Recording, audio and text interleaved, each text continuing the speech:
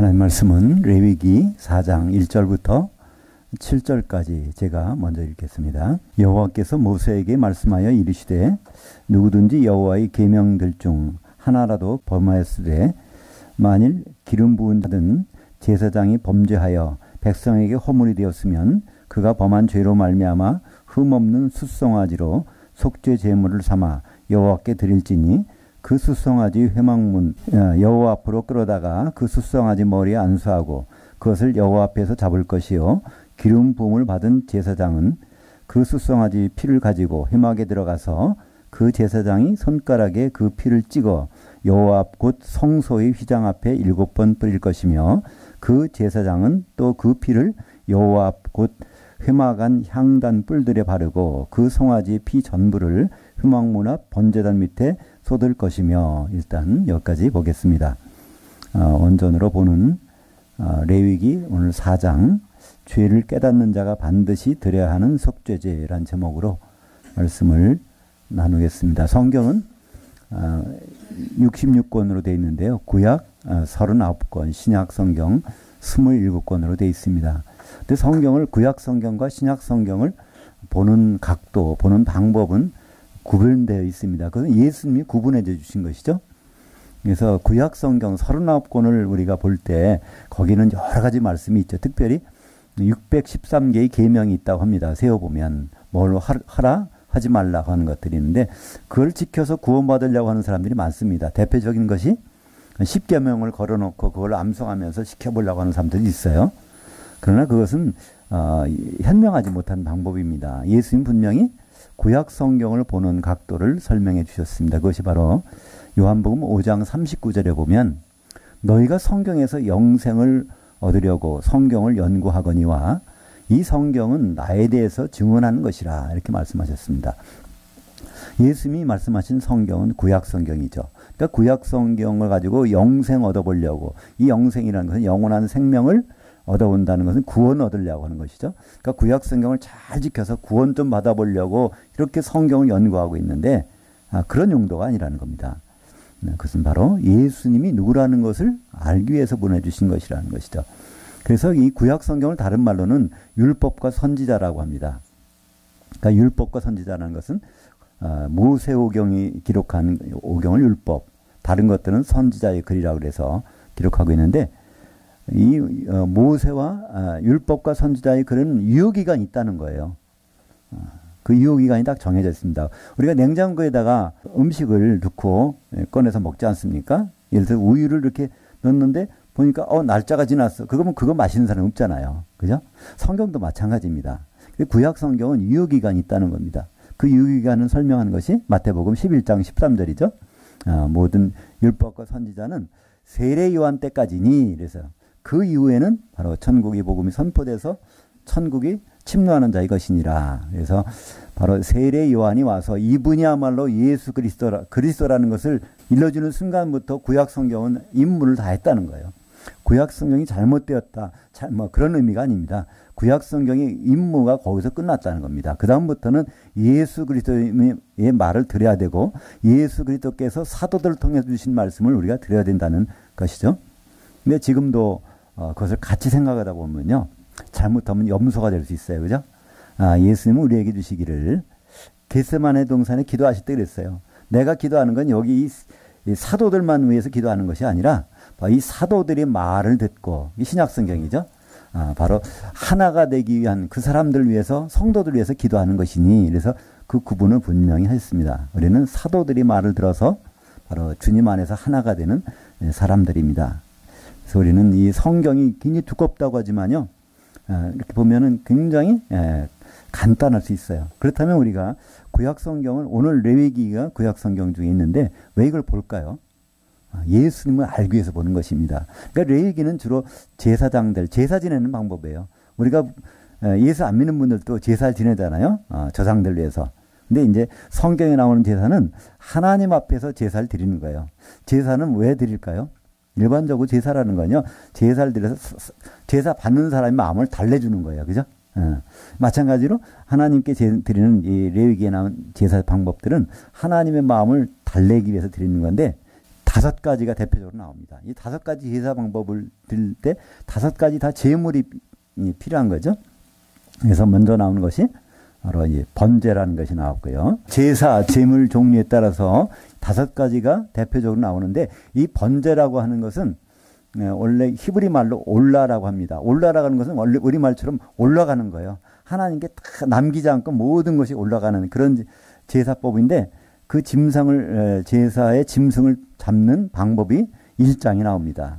그런데 소나 양이나 염소나 그걸 갖다가 그 위에다가 안수를 합니다. 안수한다는 건 뭐죠? 자기의 모든 죄를 다 거기다 전가시키는 거예요. 그래서 요걸 완전히 태워 드리는 건데 그때 태우기 전에 뭐 하는 방법이 나오죠? 이걸 각을 뜹니다. 왜냐하면 내 죄가 속에 다 들어갔어요. 근데 그걸 다 태우려면요, 그냥 태우면 안 타잖아요. 그러니까 각을 뜬다고 해요. 각을 뜬다는 건 쪼각낸다는 거예요.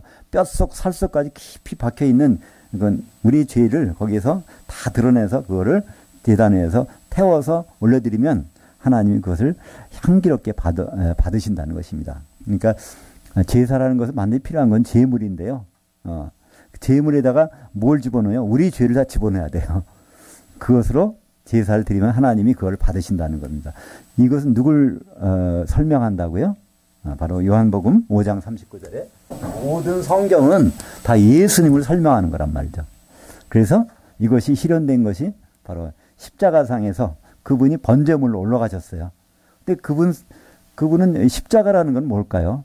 죄인을 달아놓는 거예요. 그러니까 십자가도 올라갈 자격이 있어요. 죄가 없으면 못 올라가요. 그죠? 그래서 예수님이 거기 달리셨단 말이에요. 그런데 예수님 죄가 없다면 그게 누구 죄일까요?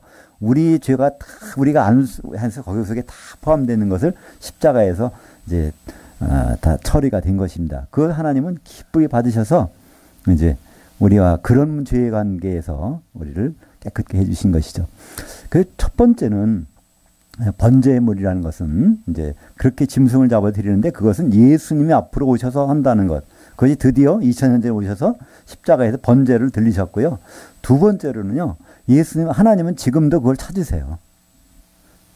그럼 우리는 어떻게 드릴까요? 그거를 드리는 방법이 딱 하나 있어요. 우리가 예수 그리스도의 몸뚱아리가 되면 돼, 그죠? 예수님 몸을 이루고 있어서 그분 앞에서 바로 우리가 이제 태워져서 올라가는 것. 그것이 바로 번제라는 것은 첫째는 예수님이 번제고 두 번째는 우리가 예수 그리스도의 몸을 만들어서 그분 앞에 나타나는 거예요.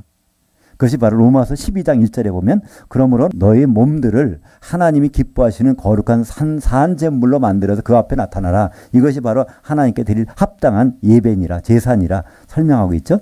그래서 너희 몸들 우리 각자 몸들이지만 한산 제물로 드리라는 거예요. 하나의 몸 예수 그리스도의 몸을 이루어서 하나 앞에 나타나는 것이 예배고 그것이 현대의 그 제사라는 것입니다. 그것이 바로 그런 거 하나님 기뻐하신다는 거예요. 물론 예배 드릴 때 우리가 그러잖아요. 경건한 마음으로 또 그동안에 기도 많이 해서 또 헌금도 두둑하게 해서 뭐 여러 가지 방법을 해서 드릴 수 있어요. 근데 하나님은 그거에 관심이 없어. 뭐에 관심이 있죠? 예수 그리스도의 몸이 바로 번제로 드려질까? 거기에 관심이 있단 말이에요. 거기에 대상들이 우리 여러 사람이지만 너희 몸들이 한산 제물로 그분 앞에 나타내는 그것이 바로 하나님 기뻐하시는 번제물입니다. 그래서 이 번제는 그런 것이 처음이 하나님께서 받으시는 거고 두 번째가 이 소제가 나오는데요.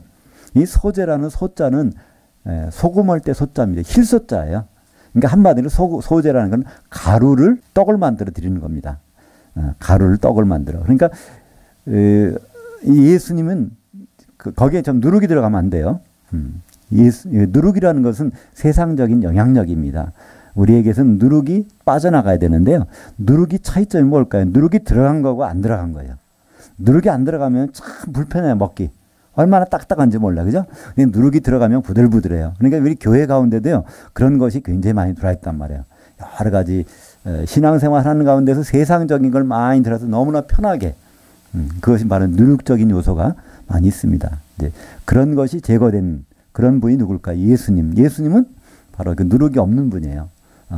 세상적인 누룩이 하나도 없는 분이, 그래서 이제 드려진 것. 그것이 바로 예수님 소제물로 드려졌고, 그 다음에 하나님은 계속 소제물을 받고 싶어 했어요. 그건 바로 우리가 바로 예수님 몸을 이루어서 우리 속에 있는 누룩들이 빠져나가는 상태에서 그분 앞에 나타나는 것. 첫 번째 이 소재물이 우리 가운데 이루어진 날이 언제냐면 오순절 날입니다. 레위기 23장에 보면요. 오순절날은 이제 그 6월절 초곡절 날부터 50번째 되는 날인데 그날은 어떤 제사를 드렸죠? 그 10분의 2 에바, 그러니까 10분의 1 에바씩 두 개를 이제 가루를 두 그릇의 가루를 가지고 그걸 가지고 기름에다 버무려서 하나님 앞에 흔드는 날이에요. 항상. 그러니까 매년 오순절날 되면은 가루를 버무려서 하나님 앞에 떡을 만들어 드리는 날이에요. 근데 이 가루를 버무리려면 뭐가 필요할까요? 우리는 반죽할 때 물을 쓰죠? 근데 이 성경의 배경이 되는 중동에서는 물을 쓰면 안 돼요. 물이 석회가루가 있어서 그걸 해서 떡을 해 먹으면요. 이 소변을 못 봐요. 아파가지고. 몸에 들어가서 이 결석이 돼요. 이제 석회가루가 결석이 돼갖고. 그래서 그들은 항상 떡을 만들 때, 빵을 만들 때 기름으로 반죽을 합니다. 그 예외가 없었어요. 그래서 이 소재를 만들 때는 바로 기름이 들어가는 것이죠. 이 소재에서 필요한 것은 첫째 뭐죠? 알곡 신자들이 필요해요. 그죠? 이게 열매가 알곡이 돼야 돼요. 쭉정이가 되면 안 돼요. 근데 알곡으로 있으면 떡이 안 된단 말이에요. 뭐가 돼야 돼요? 가루가 돼야 돼요. 그러니까 가루가 되려면 뭐가 돼요? 자기가 다 죽어야 돼. 자기 혼이 생각이 다. 그래야 이게 가루가 되는 거잖아요. 그죠? 껍질이 벗겨져서 으깨져가지고. 그래야 다른 곡식하고 이게 뭉쳐지잖아요. 그렇게 된 상태가 에서 기름만 있으면 이것이 몸이 되는 것. 그것이 오순절날 흔드는 건데 이것이 이루어진 것이 예수님이 십자가 달리시던 그 해에 오순절날은 그게 이루어졌단 말이에요. 오순절날이 이름에 사도들이 한 자리에 모였어요. 사람들은 120문도가 마가다락방에 모였다는데 그거는 잘못된 거예요.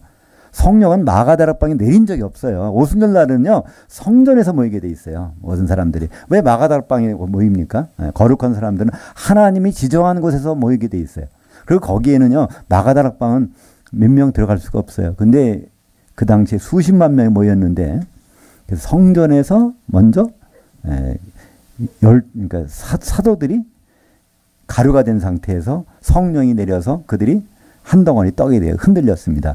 그날 저녁에 사도들의 말을 들은 사람들이 또 3,000명이 기름으로 거기 세례받았다는데 그건 성령 세례입니다. 오순절날 그 예루살렘에는요 흐르는 물이 없어요. 예루살렘 성지순례 가본 분은 아시겠지만 흐르는 물이 없어요. 그러면 그들이 뭐에 잠겨졌단 말인가요? 물이 아니라 성령에 잠겨진 것입니다. 그래서 그들이 또 한 덩어리 떡이 돼서 떡 두 덩어리가 흔들렸는데 그때 당시에는 누룩이 들어갔어요. 그죠? 사도들이나 성도들이 이게 세상적인 영향력 같은 데서 있었단 말이에요. 그래서 오순절날은 누룩이 들어간 떡이 흔들리는 날인데 그다음부터는 우리에게서 누룩이 빠져나가야 돼요. 그죠? 그 누룩이 하나님의 복음으로 이제 빠져나가는 그런 것을 드리는 것을 소제라고 합니다. 그래서 소제를 맨 먼저 드리신 분은 예수님이고 그다음에 우리가 그 소제가 돼야 되는 것이죠. 그러니까 우리가 소제가 되려면 맨 먼저 우리는 알곡으로 남아 있으면 안 돼요. 그죠? 껍질이 벗겨져서 다 으깨져야 돼. 자기 십자가를 져야 돼. 그죠? 그다음에 성령의 기름으로 이제 소제가 만들어집니다. 그리고 나서 지난번 3장에서는 이 화목제가 나왔습니다. 이 화목제라는 거는 서로 화해가 됐다는 거예요. 그러니까 왜 화해가 됐을까요? 이 번제와 소제를 통해서 이제는 하나님과 잔치를 같이 먹게 되는 거예요. 그러니까 이 화목제는 번제라는 건 다 태워서 하나님께 인간이 가질 수 있는 것이 없어. 다 돼야 돼요. 그분께 전부. 그런데 이 화목제는요. 거기서는 피는 쏟고 기름만 태워서 올리고 나머지는 다 거기 나눠 먹는 거예요. 거기 있는 사람들이. 하나님 앞에서.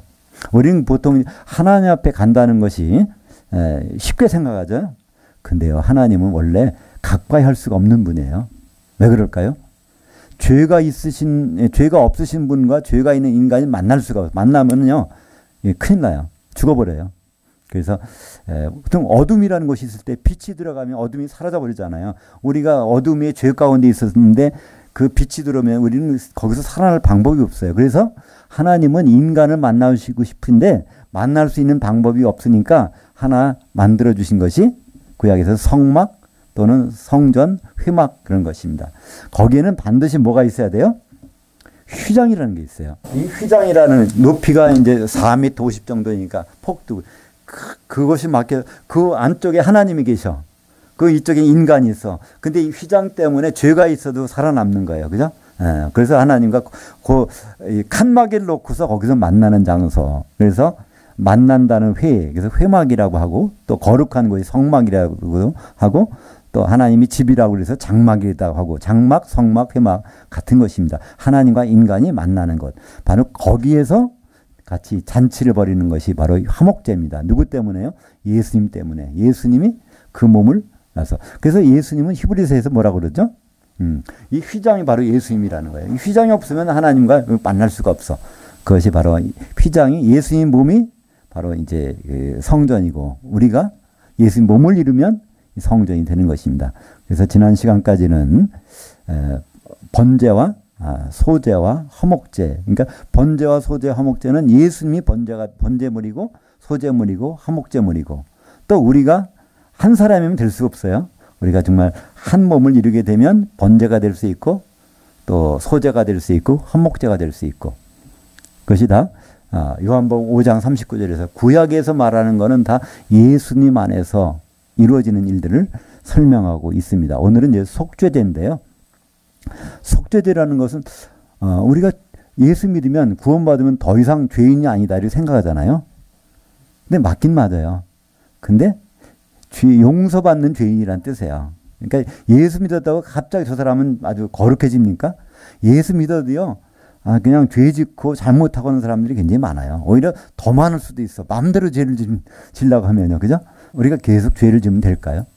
내가 죄인인가 아닌가를 쉽게 판별해 볼 수 있어요. 그럼 어떻게 알 수 있을까요? 나는 죄인이 아닌 것 같아. 왜 그럴까요? 다른 사람보다 낫다고 생각하니까. 근데 하나님의 기준은 그게 아니라니까요. 하나님의 기준은 하나님의 생각에서 벗어난 건 다 죄예요. 그러니까 하나님의 기준에서는 죄인이 아닌 사람은 어디 있겠어요?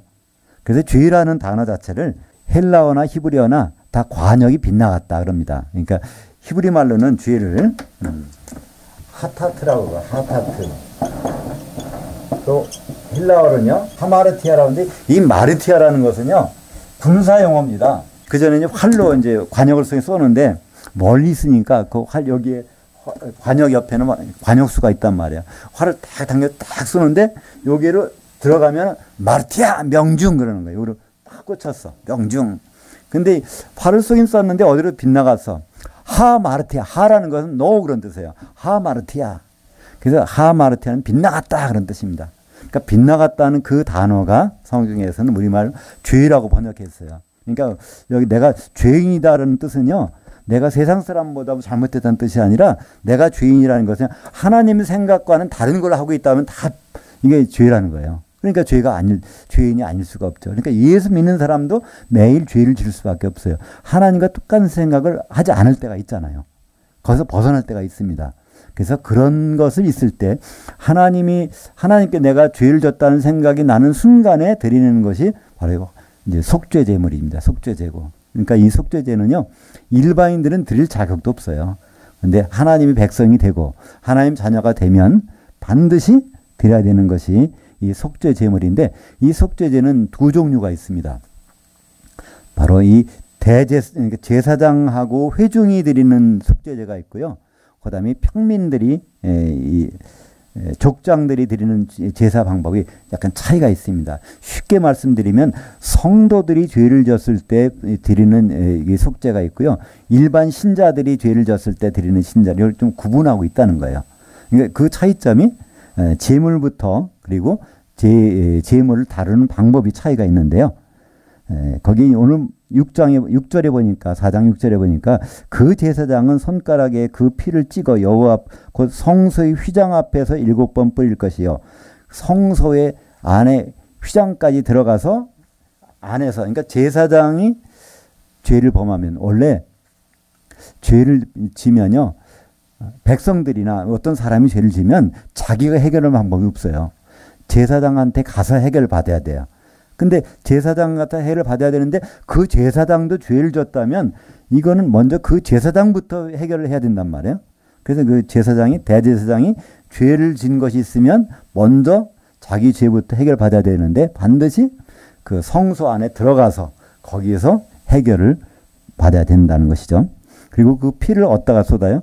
바로 피를 향단 앞에서 뿔들에 보면 이 성막이나 성전이나 단이 두 가지가 있단 말이에요. 밑에 번제단인 바깥에 요 안에는 향단이 있어요. 번제단은 노수로 만들고 향단은 금으로 만드는 거예요. 그러니까 제사장들은 죄를 범하면 놋제단에 가서 하는 것이 아니라 그 향단, 금제단 앞에 가서 거기서 뿌리다가 피를 이제 바르는 방법을 사용합니다.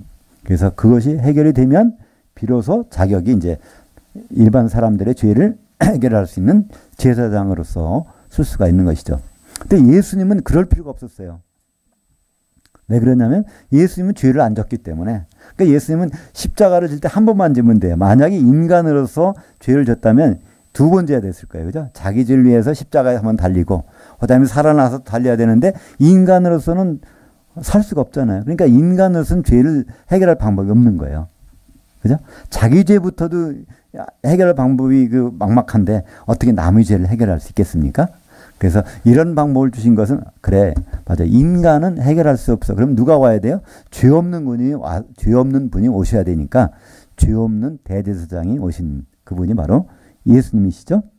그래서 예수님은 번제와 소제와 속죄 제물, 화목제와 속죄 제물로 드리시러 오셔야 되는데 예수님이 제물 되시려면 첫째 뭐가 필요할까요? 그분이 살덩어리가 있어요. 핏덩어리가 있어야 되죠. 그러니까 하나님이 우리의 죄를 해결하기 위해서는 그분은 사람이 되시는 방법 이외에는 다른 방법이 없단 말이에요. 그래서 그분은 사람이 되셨어요. 그걸 어디에 말씀하고 있죠? 요한복음 1장 14절에 바로 말씀이 육신이 되셔서 우리 가운데 장막을 치셨음에 그런 말씀이 나와요. 그때 우리라는 건 누굴까요? 우리 인간이 아닙니다. 그건 사도들 얘기합니다. 지금 이제 요한복음에 마지막 사도인 요한이 아무것도 모르는 사람들한테 이걸 증언해 주고 있는 거예요. 우리 가운데 계셨었음에 우리 때 이런 일이 있었어. 이 사람들은 아무것도 모르는 사람들이에요. 그죠? 우리 때 잠깐 동안 지금은 예수님이 여기 안 계시지만 내가 살아있을 때 그때 잠깐 계셨었어. 뭐로? 육신을 입고. 왜 육신을 입어야 될까요? 그분이 진짜 송아지로 진짜 양으로 이제 속죄 제물이 되기 위해서 그런 적이 있었다는 것을 말씀하고 있습니다. 그래서 로마서 8장 3절에 보니까 율법이 육신으로 말미암아 연약하여 할 수 없는 그것을 하나님은 하시나니 그 죄로 말미암아 자기 아들을 죄 없는 육신의 모양으로 보내서 육신의 죄를 정하사 율법의 요구가 이루어지게 하려 하심이라. 그러니까 며칠 전에 성탄절이 끝났는데요. 예수님이 오신 목적이 왜 육신으로 와야 돼요? 제사 지내러 제물 드려야 된단 말이에요. 그냥 영은 제물이 될 수가 없거든요. 그래서 그분에게 이제 오셨는데 그분은 인간이 못하는 이유는 뭐라고요?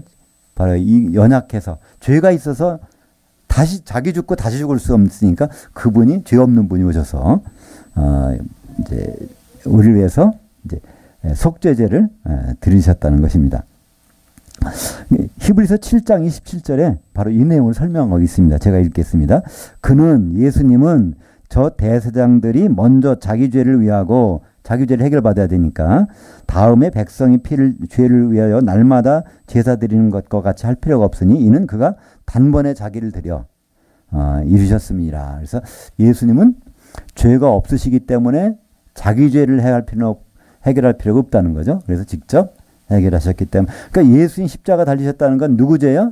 그 예수님 죄가 필요 없어. 그럼 우리 죄가 해결됐다는 거잖아요. 그죠? 예. 그래서 그것을 번제 말고 속죄제도 날마다 드려야 되는데 그것도 예수님은 그 효력이 날마다 있게 된다는 것입니다. 그러니까 우리가 날마다 드리는 건 뭐가 될까요? 우리가 항상 속죄 제물이 되면 되는 거죠. 요한복음 히브리서 13장에 보면 그래서 예수님은 원래 속죄제라는 것은요. 피는 거기에 제단에다 바르고 그 채는 바깥에다가 태우는 거예요. 그러니까 예수님도 마찬가지로 예수님이 죽임을 당하신 것은요. 어디 가서 죽임을 당하세요? 영문 바깥에 나가서. 왜냐하면 이 속죄제 하는 방법 그대로 해야 되니까. 그래서 그 성소에서 죽임 당하지 아니하시고 예루살렘 성 바깥에 가서 골고다 언덕에서 거기서 십자가를 달리셨는데 그것이 다 레위기에서 미리 이 그림이 나왔기 때문에 예수님은 그대로 하셨다는 것입니다. 그래서 13절부터 21절까지 그 내용은 이제 회중이 범죄했을 때 개인이 아니라 회중이 범죄했을 때도 똑같아요. 바로 이 회중을 한 몸으로 생각합니다. 그러니까 지금 우리가 모여있는 그런 모임을 하나님은 뭐로 보시기를 원한다고? 예수님의 몸으로 보기를 원해요. 그죠? 이 회중이란 단어가 나중에는 이제 결국은 이 교회란 단어로 바뀌게 되는데요. 그래서 이 제사장과 제사장들과 회중과 그리고 이제 뒤에 나오는 22절은 족장들이고요. 그 다음에 이 27절에는 평민들이에요. 이 사람들의 제사 방법이 차이가 있습니다. 어떤 차이가 있을까요? 이 족장들과 평민들은요, 그 피를 어디다가 발라요? 제사장이나 이 회중이 죄를 범하면요, 여기 금제단에다가 여기서 피를 뿌려요. 그죠? 여기서 해결을 받는 거예요. 근데 우리 일반 서민들이, 백성들의 경우는 그 차이, 그러니까 성소 안에 들어가서 하는 것과 밖에서 하는 것이 차이가 난다는 걸 볼 수 있습니다. 지금 교회 생활도 그래요. 신자로서 생활하는 것, 예수 믿으면서 생활하는 사람과 성도가 돼서 생활하는 것을 성경에서는 차이가 둡니다. 우리는 보통 어떤 장례식 때 어떤 믿는 분들이 왔을 때 그 앞에 뭐가 있어요? 뭐 장로 누구누구, 권사님 누구누구 이렇게 쭉 있는데 어떤 사람의 경우는 성도 누구누구를 써 있어요. 그럼 성도는 계급이 가장 낮은 거로 생각하죠? 근데 그렇지 않습니다. 성경에서는 성도냐 신자냐를 구분합니다. 오늘 오전 예배에서도 그게 나왔는데요. 데살로니가 후서 1장 10절에 예수님이 오셨을 때 성도들에게서 영광 받으시고 신자들은 놀라 자빠진다는 거예요. 이럴 일이 있었으면 내가 성도가 돼야 될 텐데.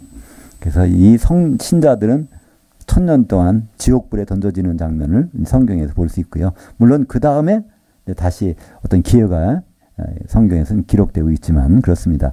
그래서 이 구약에서는 성도들이 제사장과 바로 이 회중을 대표해서는 성도들이 어떤 속죄를 의미하고 있고요. 그다음에 평민들과 이 족장들은 신자들의 죄를 해결하는 방법을 여기서 설명하고 있습니다. 그래서 그 차이점이 성소 안에서 해결받느냐, 이 바깥에 있는 번제단에서 해결받느냐에 따라서 차이가 있습니다. 이것이 바로 요한계시록에서는 우리 성도들을 다른 말로 제사장들이라고 그래요. 이 제사장들이라는 것은요, 제사의 제일 높은 사람 뜻이 아니라 제사 업무를 같이 하는 사람들, 누가 더불어? 대제사장하고 같이. 그러니까 제사 드리는 성소에 들어가서 같이 일하는 사람들이 바로 제사장들인데, 대제사장이 예수님이기 때문에 우리가 바로 제사장들도 삼으신다는 것입니다. 그러니까 우리 신분은 앞으로 제사장들이에요. 근데 우리는 제사 안 지내잖아요. 제사 지내십니까? 안 지내잖아요. 근데 언제 제사 지낼까요? 나중에 주님 오시면 1000년 동안 거기서 같이 주님과 더불어 제사 업무가 있는 것입니다. 그러니까 우리가 보면 그렇잖아요. 지금 전쟁이 없는데도 군대 가야 되고 훈련 받아야 되고 왜 그렇습니까? 전쟁이 일어나면 거기서 식지 전투 임하기 때문에 마찬가지예요. 우리가 제사장들을 뽑았어요. 그 준비만 하고 있는 거예요. 진짜 우리는 언제 제사 드릴까요? 주님이 오시면 그때 공중에서 주님과 더불어 영의 몸을 입고 제사 업무를 하게 될 것입니다. 그래서 요한계시록 1장 6절에 보면 우리 신분을 이렇게 표시했어요.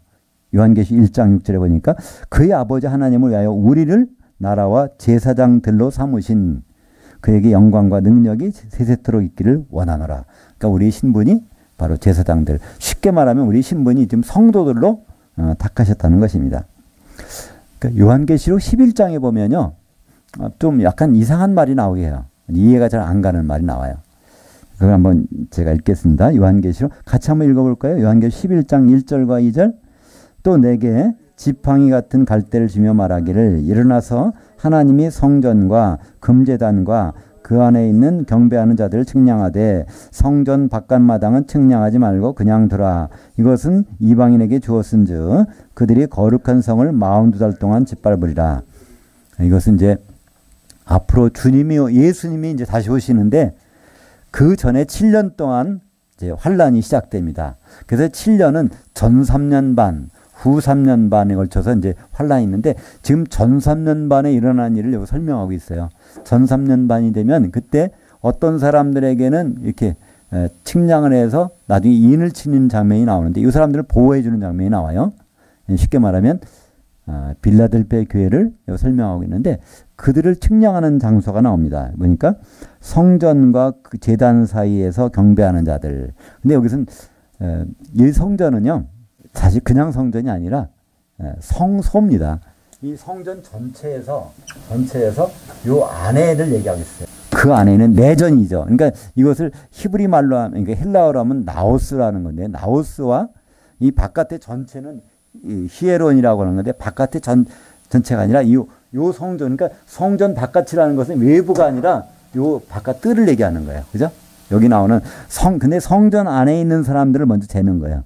예수 그리스도 몸을 이루고 있는 사람들을 재서 요 사람들을 시험을 면하게 해준다는 거죠. 근데 바깥 뜰에 있는 사람들, 성전 밖이라는 것은 이 성전, 이 외곽이라는 뜻이 아니라 요 내전의 바깥을 얘기하는 거죠. 바깥을. 근데 우리말 번역은 거기를 그 나오스를 그냥 성전이라고 해놔서 성전 외부라고 생각할 수도 있는데 그렇지 않습니다. 한마디로 교회 생활하는데 성도들이 있고 신자들까지 있는데 그 중에서 성도들만 재겠다는 거예요. 그 성도들 대표적인 것이 바로 이제 인맞은 자들로 나오는 14만 4천이고 이제 빌라델피아 교회입니다. 이것이 보니까 레위기에서 오늘 속죄제를 드리는 그 방법 중에서 이게 나오고 있습니다. 그러니까 우리가 이 속죄제라는 것을 다시 한번 적용하기 위해서는요. 요한 1서 1장 8절부터 10절까지를 한번 읽어보시면 좋을 것 같은데 같이 한번 읽을까요?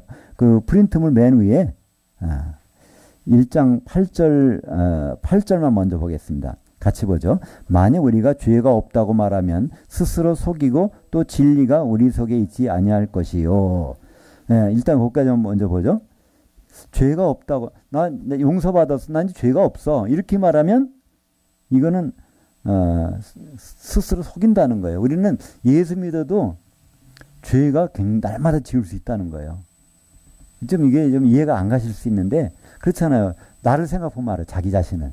예수 믿었지만 하나님과 똑같은 생각을 가지고 생활합니까? 그렇지 않을 때가 많거든요. 그러니까 그런 것이 있기 때문에 이제 그 죄를 용서받아야 되는 것을 구약에서는 속죄제라고 하고 신약에서는 그걸 죄를 자백한다고 말씀하고 있죠. 그래서 그것을 이제 9절에 보니까 요한일서 1장 9절에 만약 우리가 우리 죄를 자백하면 그는 미쁘시고 의로우사 우리 죄를 사하시며 우리를 모든 불의에서 깨끗게 하실 것이요. 그래서 우리는 예수 믿는 사람도요. 맨날 그걸 해야 돼. 인정을 해야 돼요. 자백을. 어떻게 해요? 나 죄인입니다. 나는 예수님이 필요한 사람입니다. 그걸 고백하라는 거예요. 그럼 그 죄를 씻어주시겠다는 거예요. 그렇게 하는 순간부터. 그러니까 우리는 날마다 죄를 자백하지 않을 수 없습니다. 이 죄를 자백하는 그 행위를 하기 위해서 옛날 사람들은 뭐라고 그랬죠? 신앙 고백, 사도신경을 만들어가지고 죄를 자백했어요. 성경 전체를 볼 수 없으니까 사도들의 말을 보자. 그래서 신약 성경의 내용을 요약해서 사도들이 한마디씩 한 거, 12사도가 한마디씩 한 거를 모아보니까 그게 사도신경이라는 거예요. 그걸 가지고 사도들의 말을 가지고 내가 죄가 있나 없나 그거를 이제 비춰본 겁니다. 그 전에 지금도 그렇겠지만요. 건물 질 때 뭐를 하죠? 다림줄이라는 거 있죠? 실을 가지고 쭉 달아서 쭉 내려. 이게 수직을 맞춰야 되는데 이게 맞았나 알 수가 없어. 그럼 위에다가 딱 실을 쭉 내리면은 요거 내려놓으면 이게 삐뚤어졌네 이거 알 수 있잖아요. 그래서 요 다림줄 역할을 하는 것이 교회에서 하는 신앙 고백이거든요. 근데 신앙 고백을 우리가 성경을 가지고 해야 되는데 성경이 기준이니까 성경 전체를 요약한 것을 나름대로는 사도들이 한마디씩 했다고 해서 12사도에서 그 사도신경을 보면 12소절로 되어 있어요. 그래서 그걸 가지고 고백하는 전능하사 천지를 만드신 하나님 아버지를 내가 믿사오며 그 외아들 쭉 나오는 게 있잖아요. 근데 그게 사도들 말이 아니거든요. 사도들은 그게 있는지도 모르고 죽었잖아요. 그죠? 그러니까 그건 사도들이 말이 아니에요. 그렇다면 그래서 우리 교회에서는요. 그걸 나름대로 사도신경은 암송하니까 그걸 가지고 성경에 맞춰가지고 한번 다림줄을 만들어 보자.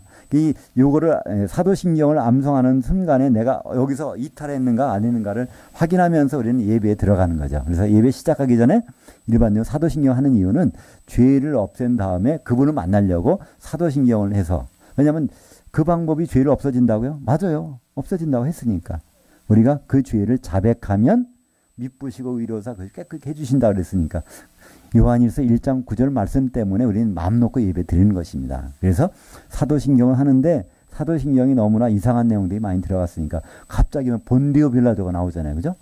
본디오 빌라도가 우리 죄와 무슨 관계가 있어요? 그죠? 예수님은 이런 말씀하셨어요.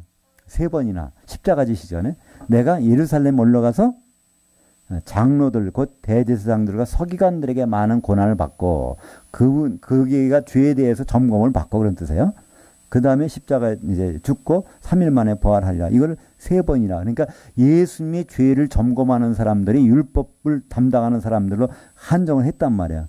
장로들 곧 대제사장들과 서기관들에게 고난을 받고 점검을 받고. 근데 왜 그 자리에 본디오 빌라도가 들어갈까요? 이게 너무나 잘못된 것이죠. 그죠? 네. 그리고 거기 보면 우리가 죄를 용서해 주시는 것과 이렇게 우리는 그렇게 암송한단 말이에요. 그런데 자백해야 용서해 준다 그러는데, 그죠?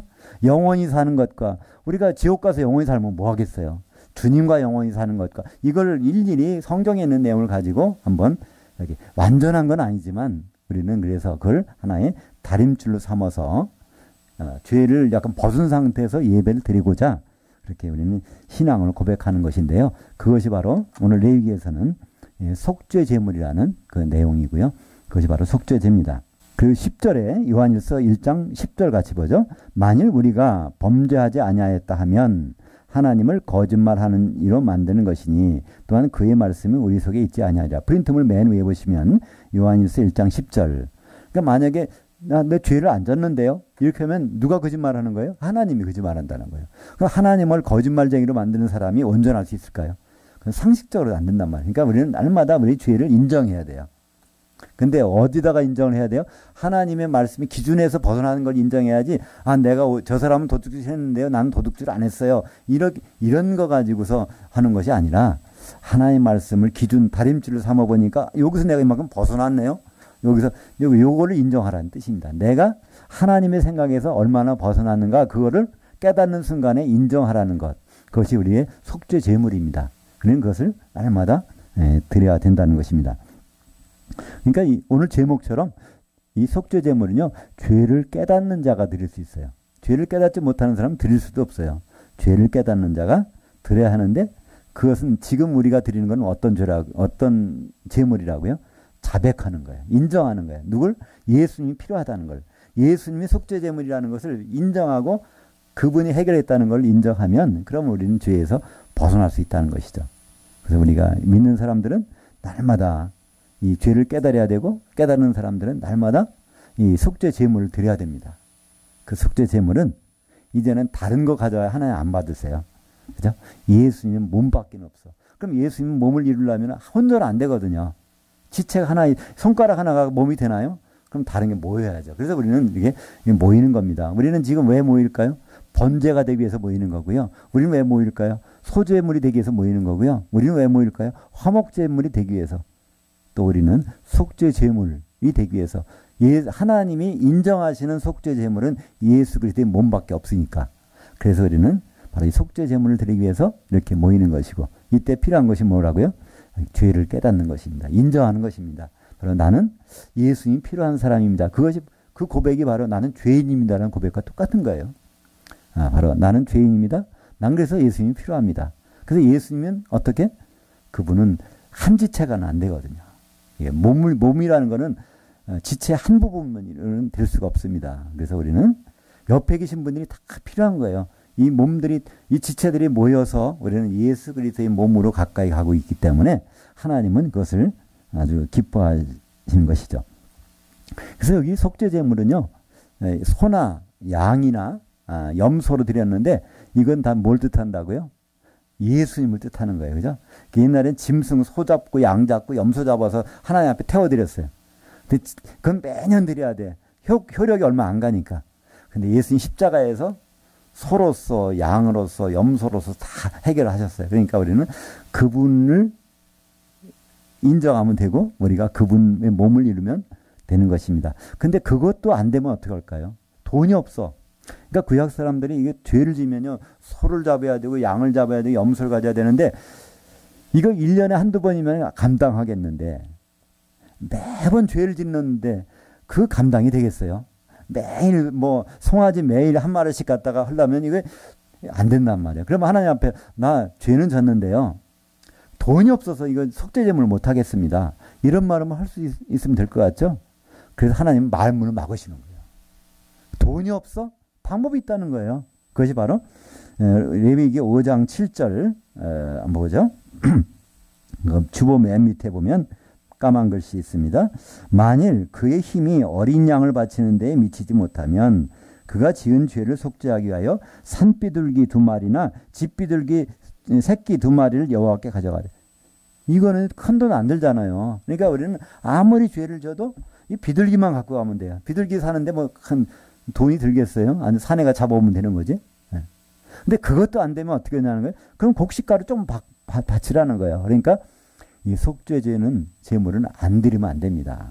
그래서 가정 형편이 어려우니까 좀 면제해 주세요. 안 된다는 거예요. 방법이 다 있습니다. 그러니까 예수님은 송아지도 되시고 양도 되시고 예수님은 비둘기도 되신다는 거예요. 그게 어디 나오죠? 요단강에서 예수님이 물속에 들어갔다 나오실 때 성령이 어떤 모습으로 와요? 비둘기 형체로 왔어요. 그게 무슨 뜻일까요? 성령이 비둘기란 얘기일까요? 아닙니다.